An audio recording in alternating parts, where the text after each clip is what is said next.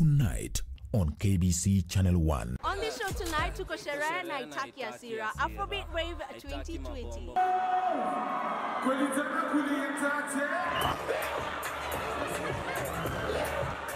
Gengeton, Maestro, Bogi Genje are also in the mix.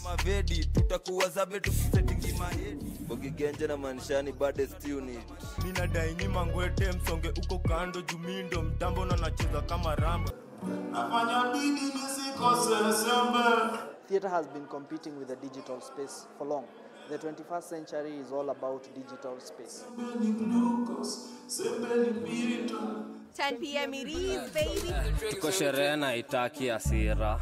On the next episode of Ashoka. I take an oath, Mother, that I will find Dastan and I'll make sure he gets punished. Give me your permission, Your Highness. I am very eager to find and severely punish that Dastan. You are not coming with me. How can you send Ashok to face him after all? I can't stop him from discharging his duties, Queen Charumitra. Good Morning Kenya, GMK, will host the Deputy Director John Lolkoloi of Ethics and Anti-Corruption Commission on Wednesday, 18th November at 8 a.m. The areas of discussion will include corruption loopholes and unethical practices within public finance management in Kenya, public finance management, steps taken by EACC to fight corruption, role of the public in corruption prevention and prevalent forms of corruption. EACC, tuangamize ufisadi, tujenge Kenya.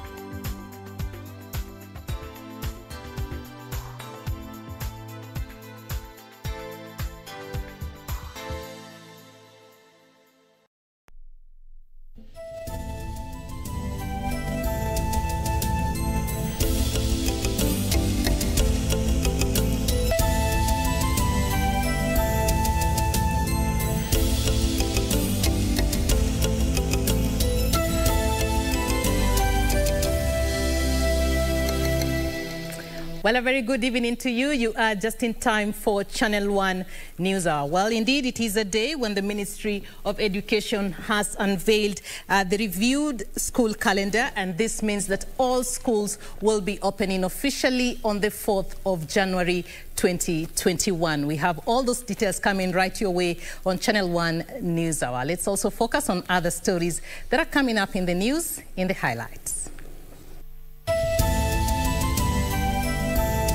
All schools will reopen fully on the 4th of January 2021. This will apply to PP1 and 2, grade 1, 2 and 3, class 5, 6 and 7, and Form 1, 2 and 3 learners. All learners to resume in-person learning on the 4th of January 2021 as government reviews the school calendar. Pandemic pain. Government cautious in testing COVID-19 vaccines not cleared by WHO as counties battle spike in infections. And the BBI reggae train. DP Ruto calls for room to amend the BBI document, warns against hardline positions. Welcome back. My name is Catherine Achieng'a. Our sign language interpreter this evening is Lensa Odingo. Remember, we are also live on Facebook, KBC Channel 1 TV. You can also watch us on YouTube as well as on Twitter at KBC Channel 1. My Twitter handle at Catherine Achieng'a. Give us your feedback. Of course, we will be glad to sample some of the views that you have regarding the program. But first things first, let's focus on the stories that have been making headlines today.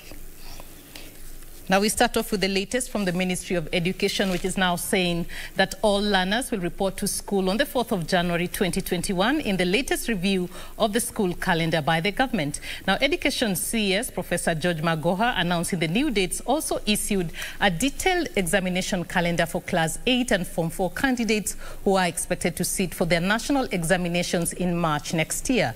Jacqueline Wambiru with details of the revised school calendar that has generated concerns over the medical cover for teachers who may contract COVID-19 in the line of duty. President Uhuru Kenyatta, in his 13th address since the onset of the COVID-19 pandemic, directed the Ministry of Education to issue a revised school calendar to prepare learners and schools for resumption of learning. With respect to the examination classes that have already resumed learning, I hereby order that they continue with their learning and examination preparations, but under heightened health safety measures, and with that, also order that all basic education classes resuming in-person learning in January of 2021. And in line with this directive, Education Cabinet Secretary Professor George Magoha met stakeholders to chart the way forward. And after a closed-door meeting, they emerged to announce the new dates for Term 2 and Term 3. The revised calendar would see all learners, with the exception of Grade 4 learners and candidates, resume for second term in January 2021 until 19th March of 2021. Third term will kick off on 10th of May to 16th of July 2021. Pre-primary 1 and 2, grade 1, 2 and 3, class 5, 6 and 7, and from 1, 2 and 3 learners will start their second term on the 4th of January 2021 and end on the 19th of March 2021, together with grade 4 candidates. Together with grade 4 and the examination classes, which are basically class 8 and Form 4. Current grade 4 learners will be on holiday during Term 3 of continuing students and transit to grade 5 on 26th of July alongside all other classes for uniformity. A 7-week holiday for learners, with the exception of candidates, is planned from 20th March 2021 to 9th of May 2021 to allow for the administration and marking of KCPE and KCSE examinations. Number 4. All learners except Class 8 and Form 4 candidates will proceed for a 7-week holiday to allow for KCPE and KCSE examination administration and marking. Kenya Certificate of Primary Education will have rehearsals on Friday the 19th of March 2021, with examinations kicking off on Monday 22nd to Wednesday the 23rd 2021.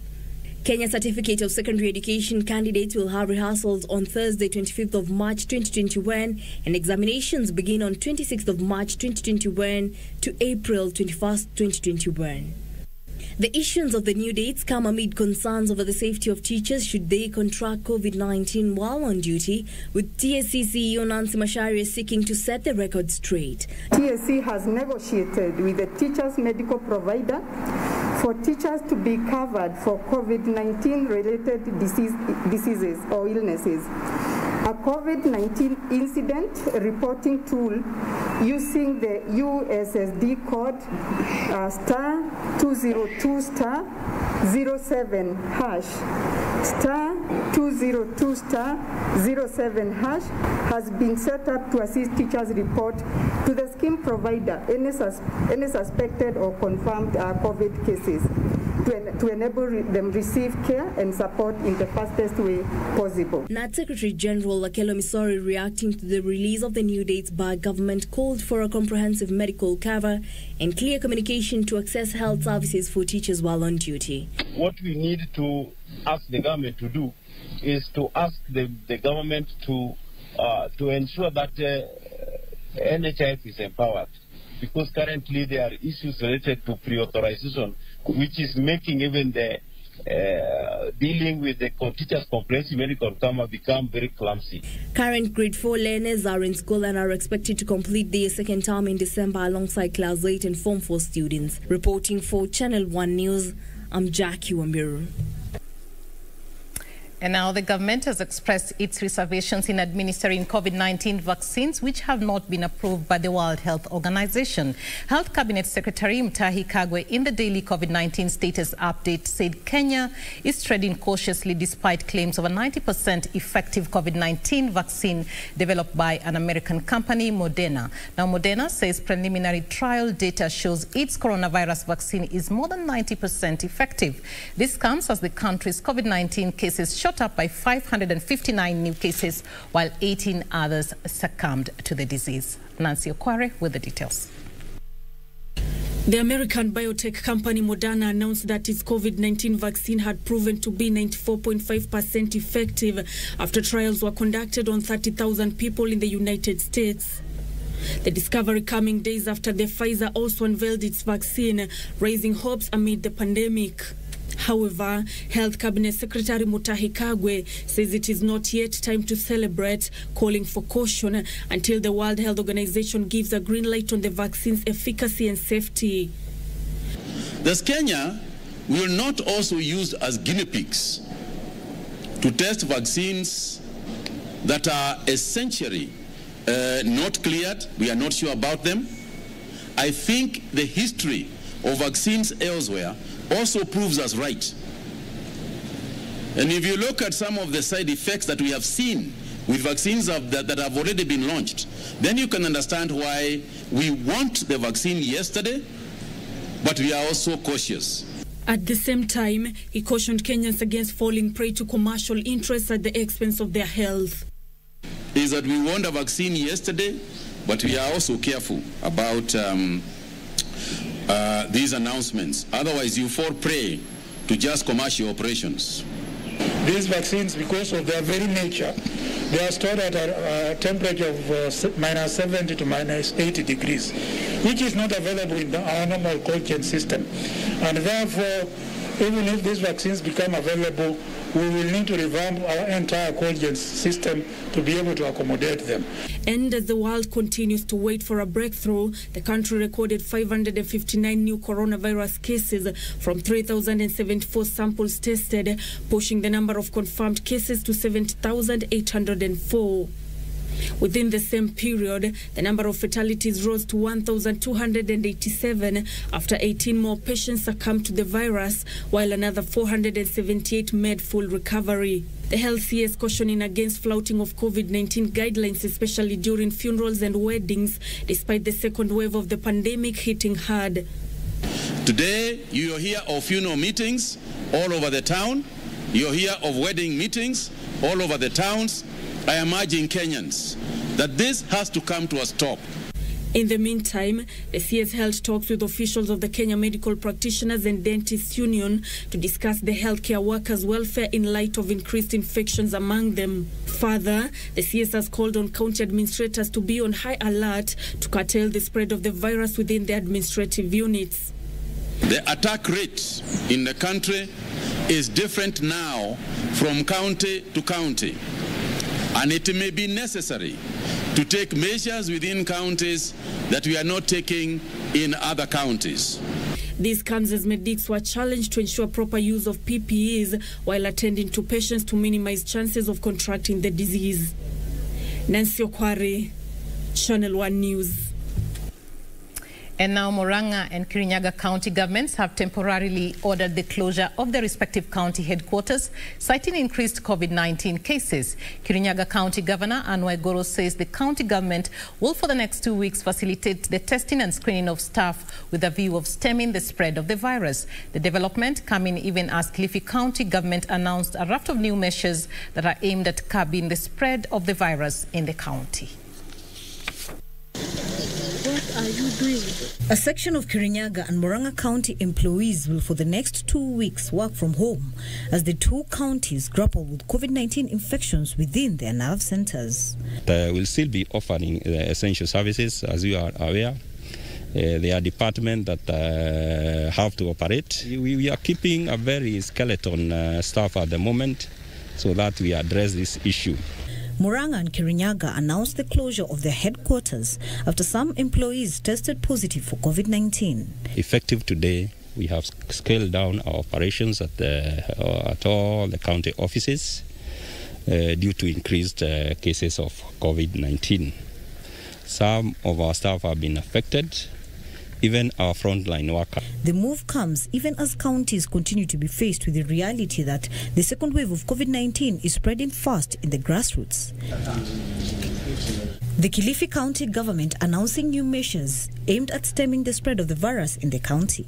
Kile ambacho kinasababisha ongezeko la idadi ya watu ambao wanaambukizwa virusi hivi ni kwa sababu watu bado wanatangamana.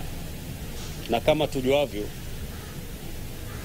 virusi hivi vinasambazwa kwa urahisi wakati watu wanatangamana. Kwa hivyo hiyo ndio changamoto kubwa ambayo tumeipata kwamba inachangia pakubwa katika kusababisha ueneaji wa maambukizi haya. County governments have in the recent weeks been accused of doing little to protect healthcare workers against the deadly virus. The National Nurses Association calling for dialogue to avert a planned strike by frontline health workers, demanding better protection in the line of duty. Because of this high surge of infection amongst health workers, we are seeing statements here and there about labor unrest. We want to pray that it is never easy. It is never the solution to have a labor industrial action in a health care setup. We want to pray that all those issues that have been brought forth by the leadership, my colleagues in the healthcare industry, we can sit on a table and iron them out amicably without disrupting the services to the wananchi. And I'm sure this one can be done. Healthcare workers have pointed accusing fingers at both the national and county governments for allegedly leaving them exposed in the war against COVID-19. Our hospital's aim is to protect our frontline workers and also our patients in tandem with our tagline, which is "We Care." The life of frontline workers matter, without whom the battle against COVID-19 pandemic will not be won. Medics have vowed to down their tools should the government fail to address their irreducible minimums, which include the provision of effective personal protective equipment and employment of more personnel to reinforce Kenya's war on COVID-19. For Channel 1 News, I am Emily K. Bade.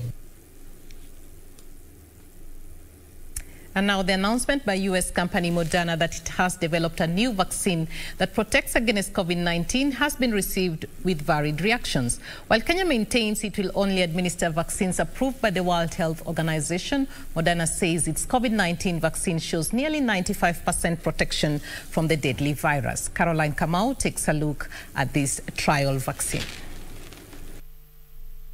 After months of global restrictions and partial lockdowns aimed at taming the spread of coronavirus that continues ravaging the entire world, there is a glimmer of hope.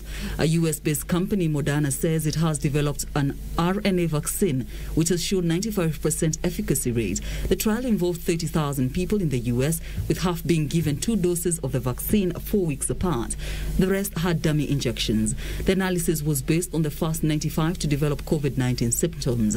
RNA means part of the coronavirus genetic code is injected into the body. This starts making viral proteins, but not the whole virus, which is enough to train the immune system to attack. It should train the body to make both antibodies and another part of the immune system called T cells to fight the coronavirus. Moderna says it will apply to regulators in the US in the coming weeks. It expects to have 20 million doses available in the US. The company hopes to have up to 1 billion doses available for use around the world next year and is planning to seek approval in other countries. Kenya has, however, maintained that it will wait for an order from the World Health Organization before administering any COVID-19 vaccine to its citizenry. If you look at some of the side effects that we have seen with vaccines that have already been launched, then you can understand why we want the vaccine yesterday, but we are also cautious. And those who are rushing to tell us about the vaccines are the ones who will rush to condemn us when we start getting people dying or having serious side effects. Caroline Kamar reporting for Channel 1 News. Of Of course, this is still a trial vaccine. A lot more needs to be done as we wait whether WHO will clear this particular vaccine that says it is at least 95% efficacy. It has a 95% efficacy rate. So it's time for us to take a short break on Channel 1 News Hour, but allow me to acknowledge some of those who are viewing us before we take the break. We have this one from Renee and Eddie. You say you're watching us live from Kikuyu here in Nairobi. Thank you so much for watching. We also have Stephen Kimonde, who says you're watching us from Nairobi here in Kibra. We have Peter Brown saying you're watching us. You're saying I'm Hussein Denge, watching us live from Sesi in Moyale sub-county. You say you're Zamzam. You say you're locked from India. Jared Odongo Mayoya saying you're watching us from Lolongo, but you're saying that you still don't believe and trust Kagwe when it comes to issues of corona. That is your comment you've left with us. Ronald Lagat saying Eldamaravine, you are in Eldamaravine rather, and you're watching us live. Of course, we appreciate you giving us your feedback. You're also telling us, this is Matthias Mbithi, you're saying you're watching us from Wingi, and you're saying Kenyans no longer trust Magoha on opening dates. He keeps changing a lot, and there is no guarantee that there won't be COVID-19 in January. So keep us updated on where you're watching us from, as well as remember to leave us a brief comment. At KBC Channel 1 is our Twitter handle, at Catherine Achieng'a. You can also watch us live on Facebook, KBC Channel 1 TV. We are also live on Twitter at KBC Channel 1, as well as on YouTube. For now, we take a short break, but we will be back with lots of news for you, so stay tuned.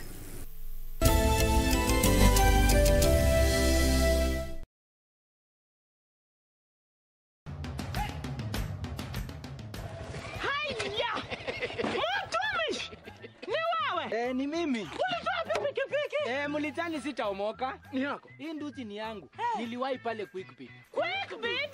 Quickbit imekuja kusaidia wananchi kama sisi. Nilinunua 399 shillings. Juu nilikuwa the lowest unique bidder. 399 shillings. Quickbit shilingi moja unaweza nunua pizza. Shilingi mbili unaweza nunua microwave. Shilingi tano unaweza nunua hata gari. So tupeleke huko hata mtu aende huko. Jiunga na Quickbit ni rahisi. Enda kwenye M-Pesa, bonyeza paybill, kisha weka business number 4032353. Kwenye account, weka kodi ya bidhaa unayotaka na bidi yako ya chini zaidi. Kwa mfano, TV 16. Kisha weka shilingi 20 tu kama idadi yako. Weka bidi yako pia kwenye www.quickbit.co.ke. Kumbuka, bidi ya chini zaidi ya kipekee ndio ununua. Quickbit, bidhaa bora kwa bei ya chini. On the next episode of Corner. Niko na vitu mob sana za kuambia, but niko confused. Where is your dream destination? Anywhere in the world where you absolutely must visit. We've confirmed your opponent, Chico, the Destroyer. Is it true what they say? It depends on what they say. He knew about you and I. He went out of his way to split us up. You are lying.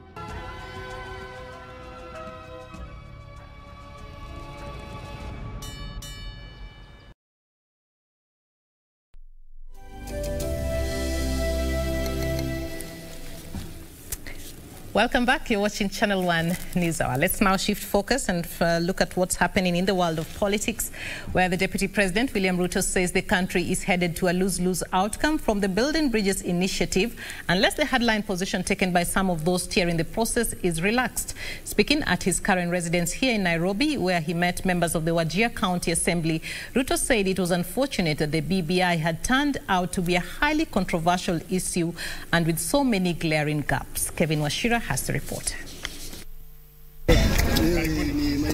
Majority whip, majority leader. Deputy President William Ruto on Monday played host to a section of the Wajir County Assembly at his current residence, where the BBI debate took center stage. The Deputy President taking issue with those driving the BBI process for refusing to accommodate amendments on the report. We are trying to sort out a problem of divisive elections leading to a divided country. How do you sort out divisive elections leading to a divided country? By running a divisive referendum that will end up with a divided country. According to Ruto, in order for the country to rally behind BBI, there is need to improve its presentation and content. Do we really mean well for the country Or are we running this divisive referendum to achieve a different outcome? Deputy President said by the look of things, it was clear some quarters were pushing for a yes or no referendum for political reasons ahead of the 2022 polls. The DP called for unity among country's leadership in mobilization of resources to combat the COVID-19 pandemic. We need to harness, mobilize every resource, material, financial, human, to stop the coronavirus from destroying our livelihoods, our businesses, and killing our people. This comes as Kisumu County Governor Professor Peter Achieng'a implored on those opposed to sections of the BBI report to pass the report as it is and seek to make amendments later. Constitutional changes or constitutional development is never a one-moment affair. Let us make progress by implementing the BBI. If we think that there are more to do, the door is not closed in constitutional amendment. The Constitution itself provides means and ways of creating changes even after. Governor Nyong'o said the constitution making is a continuous process, and even in established democracies, the legal framework is constantly under review, and as such, those opposed to the BBI report must not hold the country at ransom for their own selfish gains. And now 30 Kenya Revenue Authority officials have pleaded not guilty to various counts of conspiracy to commit corruption, abuse of office, false entry and receiving bribes. 5 others who failed to appear in court to answer to the charges are being sought after Chief Magistrate Douglas Ogoti issued warrants of arrest against them. The case is set for pre-trial on the 1st of December. While in a crackdown aimed at closing all the loopholes that led to leakages and loss of revenue, today a part of 35 accused persons from the Kenya Revenue Authority appeared before Chief Magistrate Douglas Ogoti on different counts. Out of the 35 Kenya Revenue Authority staff accused of various graft-related charges, 5 of them failed to show up in court, despite being served, prompting the Chief Magistrate to issue an arrest warrant against them. The 30 who appeared in court denied the charges and were each released on a cash bail of 200,000 shillings or a bond of 1 million shillings and a surety of similar amount. We deposit the cash flow by close of business today, and if only for the reason that they could not process their deposits by 5 p.m. today, to deposit the same by noon tomorrow. Chief Magistrate Douglas Ogoti also ordered the suspects to surrender their passports. They were also barred from accessing their offices at KRA except in the company of an investigating officer. The prosecution was also ordered to provide evidence to the Defense Counsel ahead of the pre-trial case set for Tuesday, the 1st of December 2020. Meanwhile, plea-taking of former Tetu Member of Parliament Ndungu Githinji, accused of alleged forgery with intent to forge minutes of the meeting in Kihingo Village Waredi Gardens Management One Limited, did not take place after his lawyer said Githinji had been exposed to COVID-19. Plea-taking in the case is set for the 1st of December after the required 14 days of isolation. Finally, John Ochingoja and Joshua Mugiza Asava, alias Gabriel Asava, have denied 2 charges of obtaining money by false pretense with intent to defraud Dominic Olo 3.9 million Kenyan shillings. The 2 deny the charges before Chief Magistrate Martha Mutuku. They are alleged to have purported to be in a position to secure Dominic Atinda to supply drugs to the Kenya Medical Supplies Authority between the 20th day of May and 27th August 2020. They have been released on a cash bail of 500,000 shillings or a bond of 1 million shillings and a surety of similar amount. The case will be mentioned on the 30th of November 2020. Reporting for Channel 1 News from the Milimani Law Courts here in Nairobi, I'm Sarafina Robbie. And now Kenya joined the world in marking the World Day of Remembrance of Road Traffic Victims amid disturbing statistics that reveal 3,000 people have died this year as a result of road accidents in the country.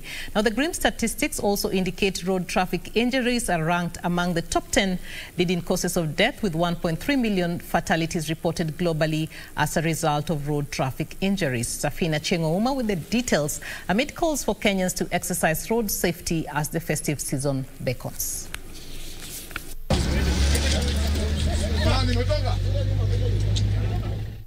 As the globe marked World Day of Remembrance of Road Traffic Victims, statistics by the National Transport and Safety Authority paint a grim picture on the country road safety status. A statement by the authority indicated that an estimated 3,000 deaths are recorded annually in Kenya as a result of road crashes, summing up to an annual economic cost of 350 billion shillings, or 3 to 5% of the GDP. Globally, about 1.3 million people die annually as a result of road traffic injuries, with more than 90% of the fatalities occurring in developing countries. Africa is reported to have the highest road traffic fatality rate of 26.6 per 100,000 population, translating to 650 deaths occurring daily. According to the victim type, in the financial year 2019-2020, a total of 3,567 fatalities were recorded in Kenya, including 1,376 pedestrians, 565 passengers, 875 motorcyclists, 309 drivers, 373 pillion passengers, and 69 pedal cyclists.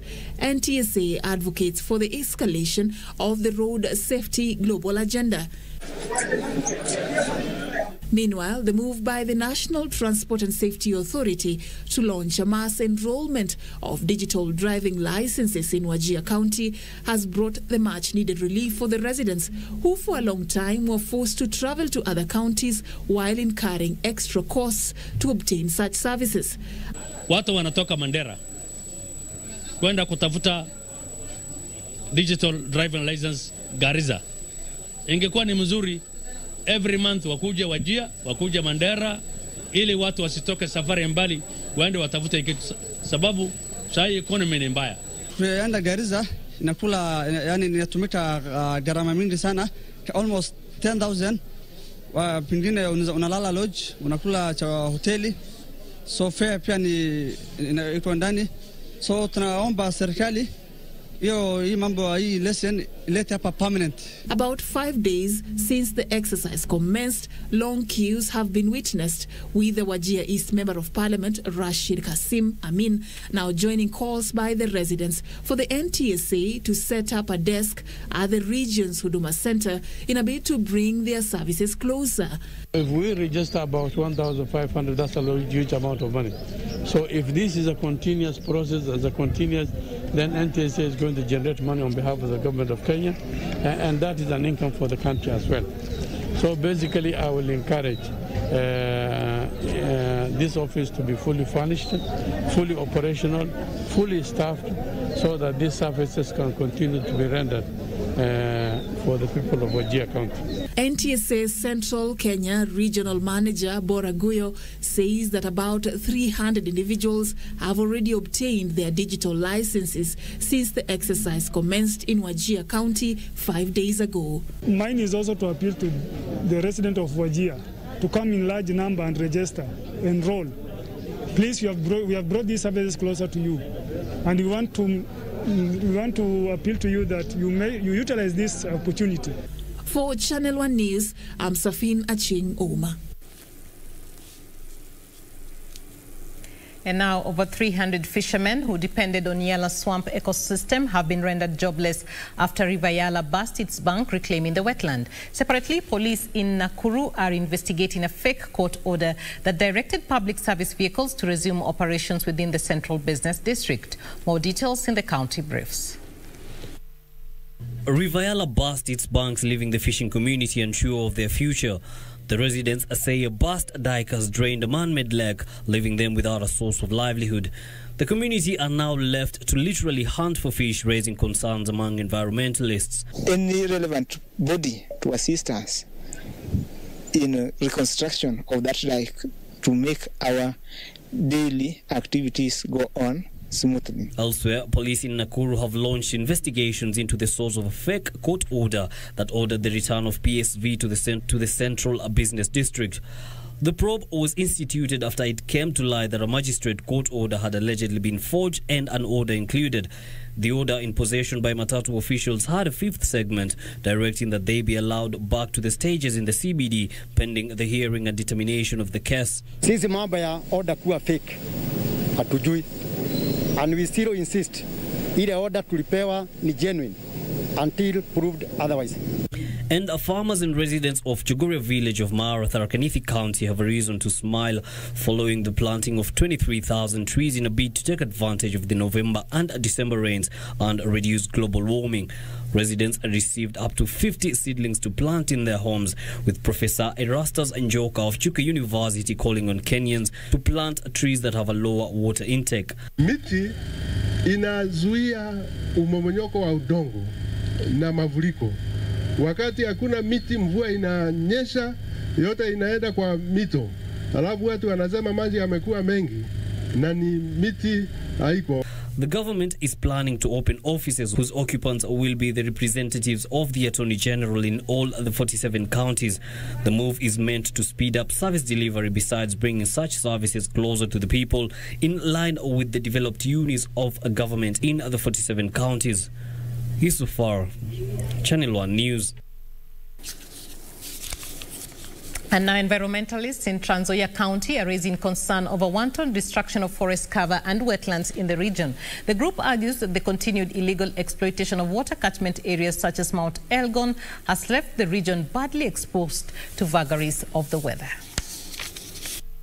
Residents of Cherangani and Mount Elgon regions have been urged to safeguard the environment and plant indigenous trees to protect water catchment areas. Mwito wangu ni kusema serikali ingeweka wananchi katika sehemu zao wapande miti za kienyeji ambazo zinavutia mvua, zinavutia ndege, zinavutia nyani, lakini mazingira yake inapendeza kwa sababu miti za kienyeji haziharibu chochote katika ardhi. Environmentalists have blamed the brazen destruction of water catchment areas on a casserole of issues, among them poor implementation of environmental policies. Wangara alipotoka, tunahitaji kina Wangare wengine wakuweko.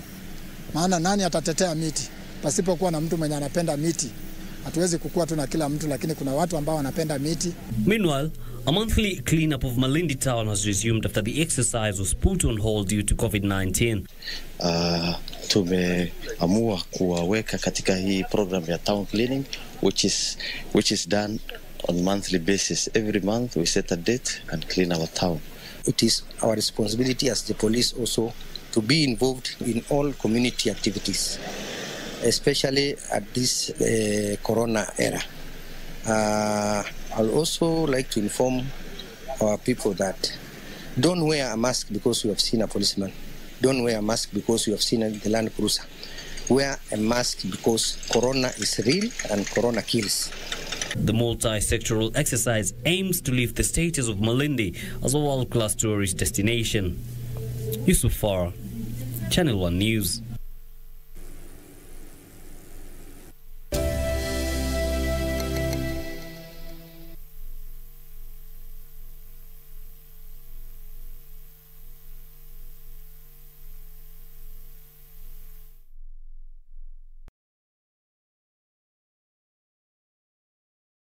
Good Morning Kenya, GMK, will host the Deputy Director John Lolkoloi of Ethics and Anti-Corruption Commission on Wednesday, 18th November at 8 a.m.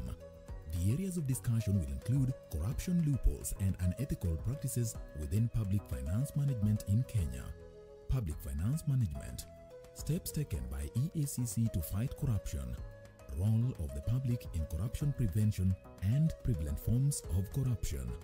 EACC, tuangamize ufisadi, tujenge Kenya.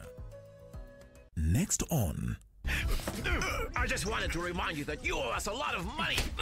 He mistreated her, and he locked her up. We even had to find a locksmith to get her out of their house. And the thing is, Margarita told me the only way to resolve this is if Francisco drops the charge. Juana, we need to give him whatever he wants, anything. Francisco, let me help you.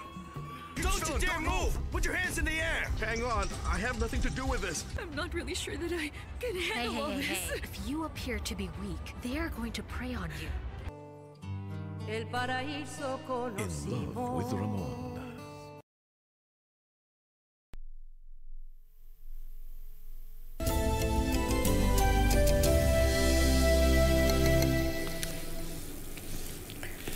And now in other news, Narok County Commissioner Evans Achieng'a is raising concern over the increasing number of uncollected identification cards and birth certificates at the Narok Huduma Center. Achieng'a says they are now collaborating with chiefs to help in distribution of the documents to residents within their jurisdiction.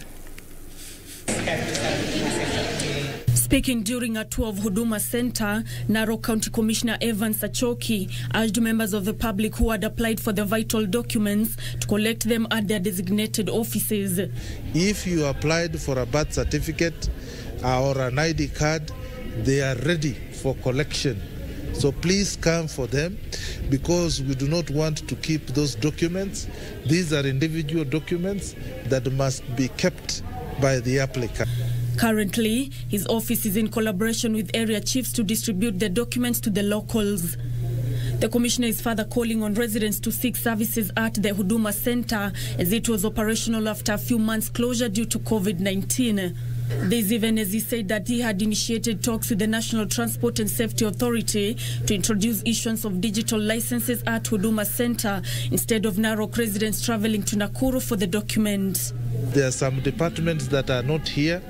For example, NTSA, we will pick up with them so that instead of traveling to Nakuru to get the digital license, they will be able now to get the digital licenses here in Narok County. Nancy Okware, Channel 1 News. And now herders in Kajiado County are expressing concern over the emergence of a plant that is posing a threat to the animals. The herders say the crop, which is not fit for consumption, is posing a threat to animals whose grazing land is fast diminishing. They are now calling on the government to come to their aid. The IPOMOEA plant, a green leafy plant that is posing a threat to herders in Kajiado County. The herders say the crop has occupied 25% of the land, reducing pasture for their livestock. The herders say the number of animals in the region is reducing by 15% annually due to the effects of the plant, as it is not a fit for consumption by either domestic or wild animals owing to its awful smell. They also say no plant can grow next to the plant. Kuna sehemu za Kajiado ambayo wafugaji tayari washahama. Mvua inanyesha lakini hakuna nyasi, washahama. Serikali ya county ama serikali kuu isaidie watu, itafute namna ya kutafuta naye kama ni watu wa kung'oa hii ama waajiri vijana ama wale wasio na kazi waingie ili waweze kung'oa hii magugu. As if that's not enough, the plant is also killing the honey industry. Once this plant flowers, another danger looms as bees collect nectar from the plant, endangering human beings even more. The honey is said to make consumers drowsy after consumption. Tumeona kwamba watoto wakati wanaenda kuvuna hii asali, wanakuja wanakuwa wanatapika, wanahara kwa sababu ya hii mmea. The livestock do not consume it. When it rains as it has rained now, it is the first one to grow, and it has invaded more land, and every year it is invading more. According to the Agricultural Sector Development Support Program County Coordinator Halima Nkari, the plant poses a big danger to livestock as the plant is spreading fast in the region. They're now calling on the government to intervene. Yusuf Farah, Channel 1 News.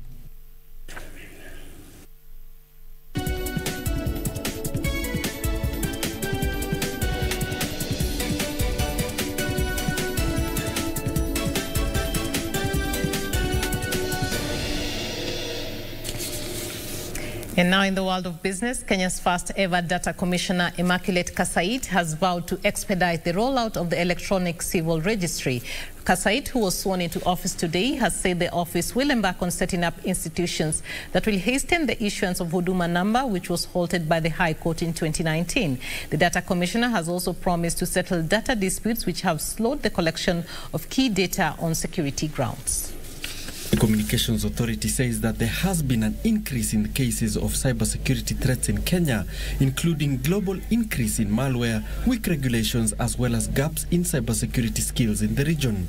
Fulfill my duty as data commissioner. The newly sworn-in data commissioner, Immaculate Kasait, says her office will be responsible for the enforcement of Data Protection Act, with duties such as exercising oversight on data processing operations, promoting self-regulation, among other policy issues. The role of the data protection commissioner is to make sure data processors, who in this case are government agencies or are financiers or are insurance companies or are SMEs, that the data they pick about Kenyans, they store it appropriately. It is used according to what they have said they are using it for. Parliament gave a nod to the appointment of Immaculate Kasait to take up the data commissioner's role following nomination by President Uhuru Kenyatta on October 13, 2020. Kasait, who until her nomination was the Independent Electoral and Boundaries Commission IEBC Director of Voter Registration and Election Operations, has called on Kenyans to start utilizing the office. We begin as Kenyans, when you complain to the data commissioner, then they investigate and confirm if there is a violation, and there are penalties under the Act in terms of that. It will require setting up human resource, putting in place finances, making sure that we have the necessary procedures, processes, and regulations. That might take time. What I want to encourage Kenyans is, in the event that anyone has a concern in as far as data is concerned, as we set up and take up the office formally, they can address their concerns to the Ministry of ICT, the PS, and attention it to the Data Commissioner. Kasait's approval paves way for the rollout of an electronic civil registry, or Huduma number, which was temporarily halted by the High Court in 2019. A panel of 3 judges had ruled that the rollout of the Huduma number was unconstitutional, considering at the time there were no explicit data protection laws and a substantive data commissioner. Alan Aoko, Channel 1 Business. And now the government is urging local manufacturers to show up production capacity, leveraging on value addition ahead of the implementation of the African Continental Free Trade Agreement due in 1 month. Trade and Industry Cabinet Secretary Betty Minus says the agreement creates an opportunity to deepen trade as well as grow local industries. So far, agro-processing has been identified as a low-hanging fruit to boost industrialization in Kenya. To date, 31 countries have both signed and approved the ratification of the African Continental Free Trade Agreement. As such, come January 1st, 2021, Djibouti, Ethiopia, Rwanda, Kenya and Uganda will begin a reduction in their tariffs, a linear reduction on 90% of tariff lines that will result in the elimination of tariffs on intra-regional imports over a period of 5 years to 10 for those classified by the United Nations as least developed countries. Manufacturers and all Kenyan, entrepreneurs really need to know that these markets are open for them. So it is now for us and for them to ramp up production with certainty.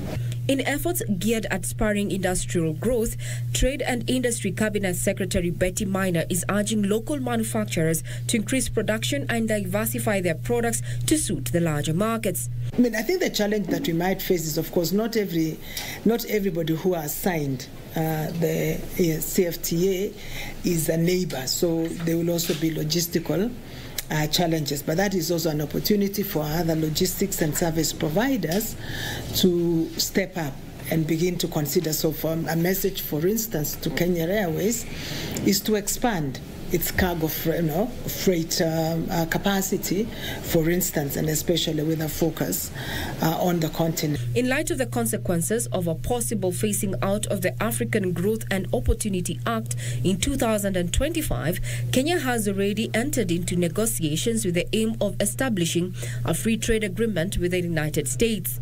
As you're aware, we are currently negotiating a free trade agreement with the United States, and those negotiations have just gone through 2 rounds. We've also finalized the technical negotiations for continued trade with the United Kingdom post-Brexit through a UK Economic Partnership Agreement that will also take effect from the 1st of January 2021. The United Kingdom is also approaching a number of countries, Kenya included, for a post-Brexit trade deal. As it is, though Kenya has negotiated this alone, given its the fact that it is not a least developed country, we have negotiated it in a manner that provides an opportunity for accession by other East African partner states who wish to join it. Going forward, it is envisaged that industrialization will play a critical role in the realization of a 15% contribution of the manufacturing sector to Kenya's GDP from the current 8.4% target by 2022. Regina Manyara reporting for Channel 1 Business. And now the Nairobi Securities Exchange has extended the suspension of Nairobi Business Ventures NBV from trading at the bourse. NSE says the extension will allow the completion of the company's restructuring process that includes a share split, allotment and issuance of shares to Delta International FZE. Now a notice from the Nairobi Stock Exchange says NBV, which is listed on the growth and enterprise market segment under the commercial and services sector, remains suspended from the trading floor of the NSE until 30th November 2020. NBV Limited deals primarily in the sale of shoes and leather accessories, which are rebranded under the name K Shoes. The shoes and accessories are mostly imported from China and India and rebranded for the Kenyan domestic market.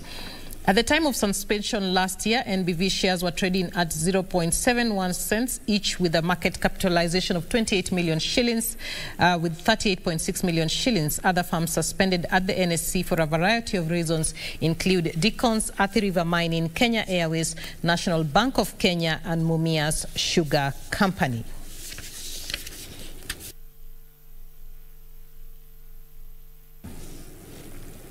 And now farmers from Lower Kuja Irrigation Scheme in Nyatike, Migori County have been urged to take advantage of the expansive scheme in the Nyakwera to diversify their crops and ensure food security in the region.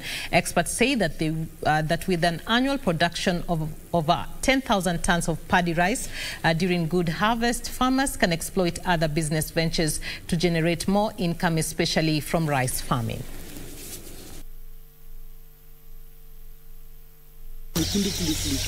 Rice, rice and more rice for as far as the eye can see.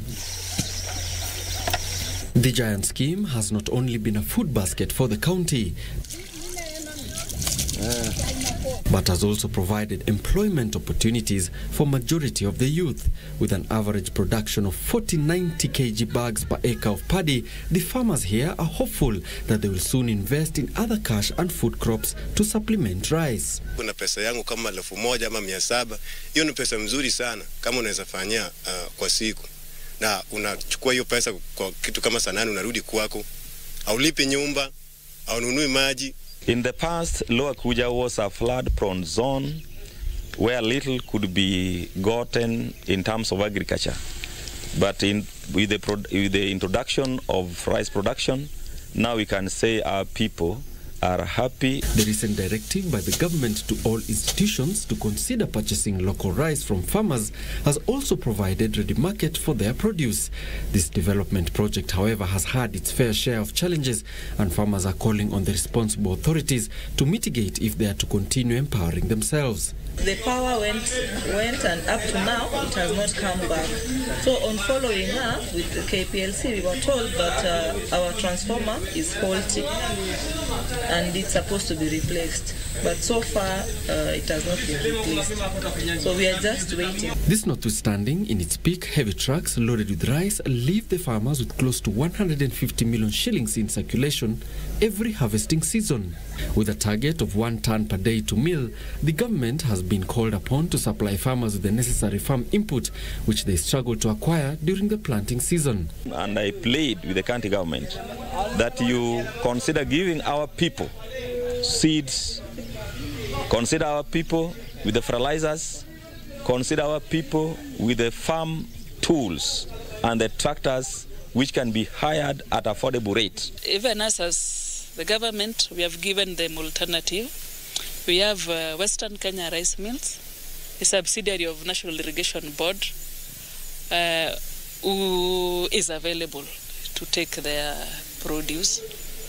And also Lake Basin Development Authority is also available to purchase paddy rice from them.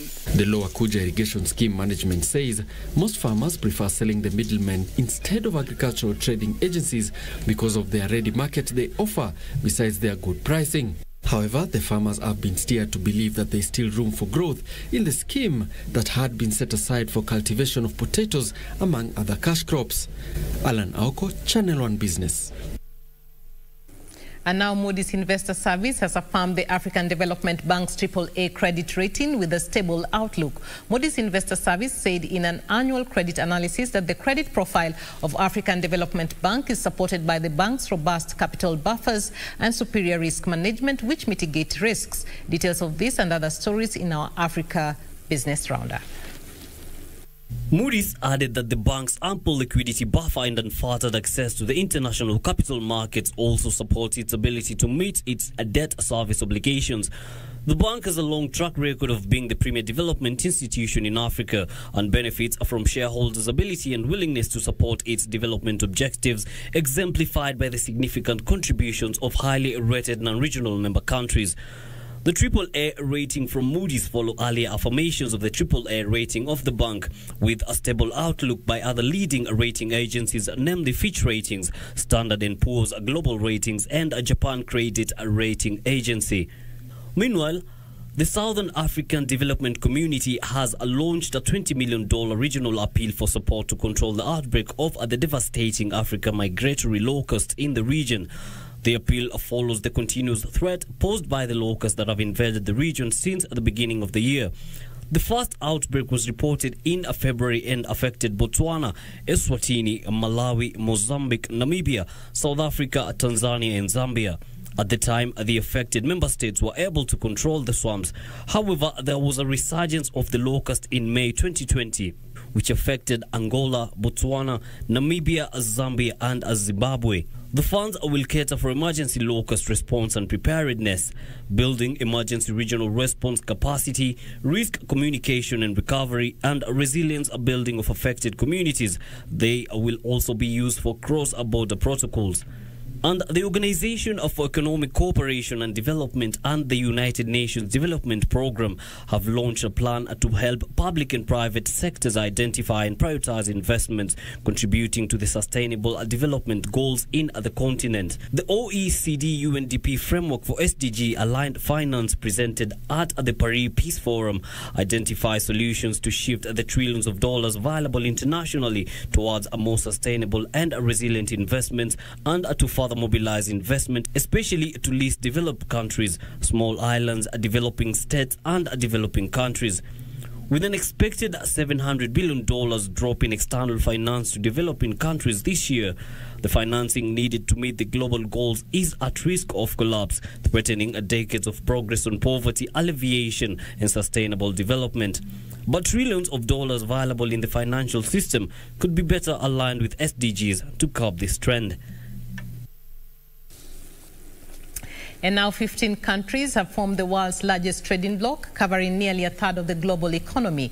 The Regional Comprehensive Economic Partnership is made up of 10 Southeast Asian countries, as well as South Korea, China, Japan, Australia, and New Zealand. The deal excludes the US, which withdrew from a rival Asia-Pacific Trade Pact in 2017. Details of this and other stories in our Global Business Roundup. President Donald Trump pulled the United States out of the Trans-Pacific Partnership shortly after taking office. Negotiations over the new RCEP deal began in 2012, and it was finally signed on Sunday on the sidelines of a meeting of the Association of Southeast Asian Nations. The RCEP isn't as comprehensive and doesn't cut tariffs as deeply as the TPP's successor, but many analysts think RCEP's sheer size makes it more significant. While China already has a number of bilateral trade agreements agreements, this is the first time it has signed onto a regional multilateral trade pact. The new free trade bloc will be bigger than both the US, Mexico, Canada agreement and the European Union.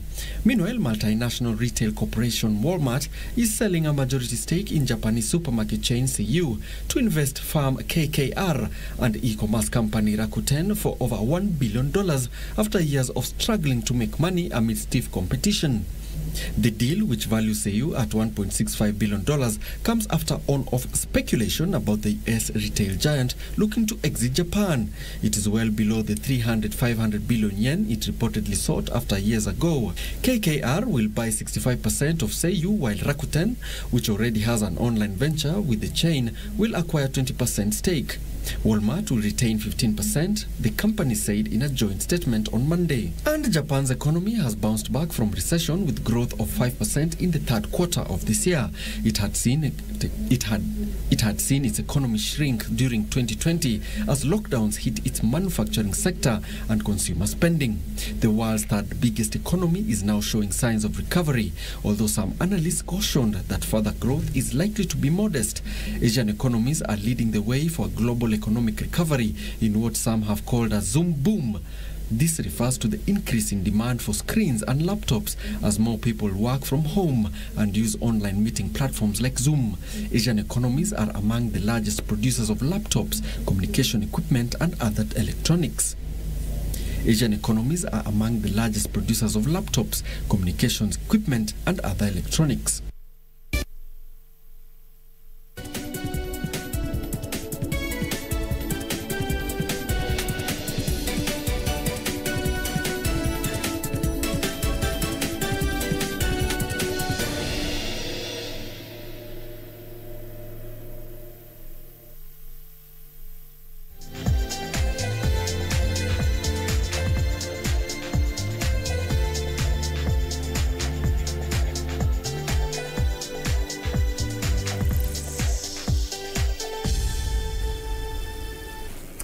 And in sports, Olympic and world champions Conseslus Kipruto was on Monday charged with the offence of defilement in a Kapsabet court. Kipruto denied the charges before Principal Magistrate Dio Charo and was released on a 200,000 shilling cash bail. Kipruto, the two-time 3,000-meter steeplechase world champion who was arrested in November 11th, is accused of defiling a 15-year-old within Nandi County between the dates of October 20th and 21st this year in Tiron Village Motuot location. The case was filed at Mosorot police post by the teenager's parents, where they alleged that their daughter, who went missing from home, was staying at the athlete's home in Chesumui. The case was scheduled for hearing in May 10th, 2021.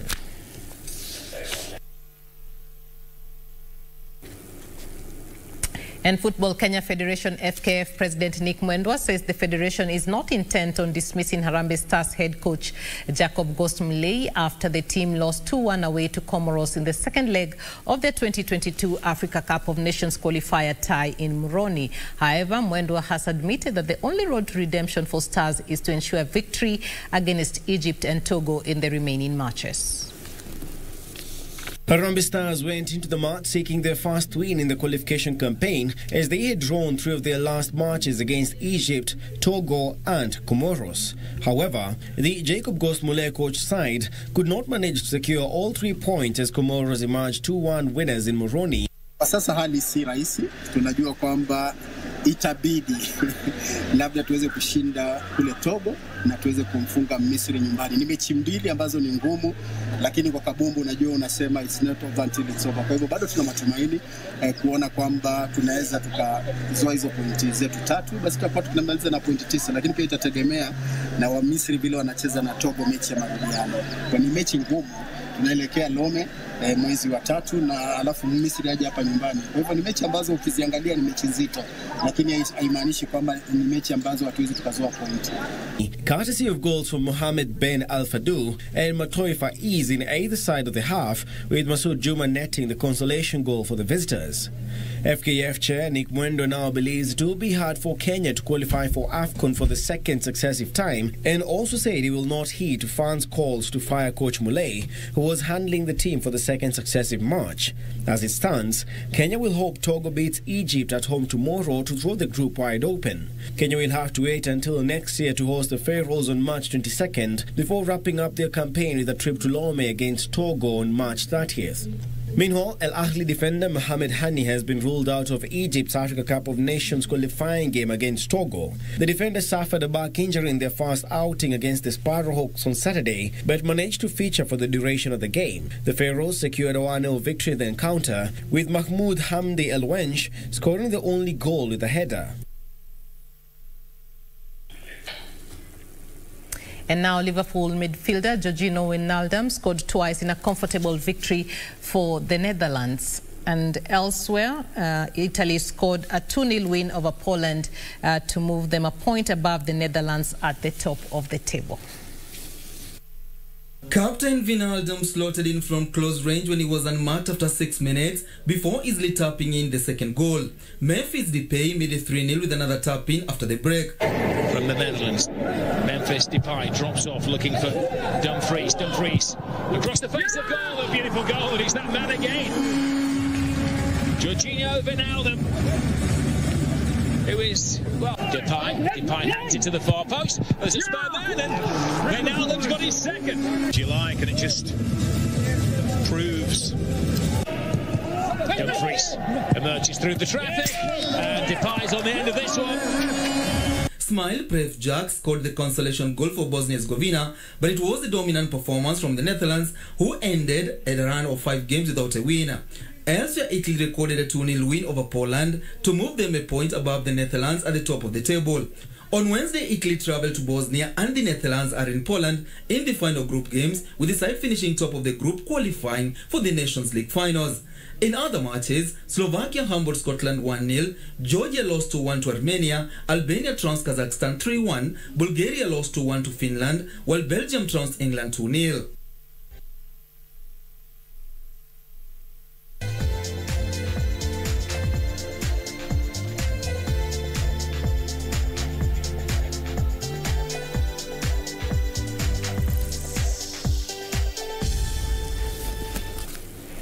Very well, it's time for us to put a cap on Channel 1 News Hour tonight. As always, thank you, Kenya, for watching. My name is Catherine Achieng'a. Our sign language interpreter this evening is Lensa Odingo. Do enjoy the rest of your viewing, but up next is the weather report with Yusuf Farah. Good night and God bless.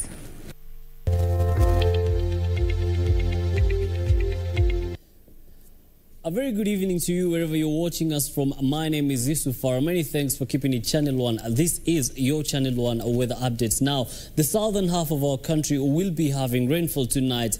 Nyeri and Eldoret are staring at 11 degrees, making the areas the coldest tonight. Might want to keep warm in those regions.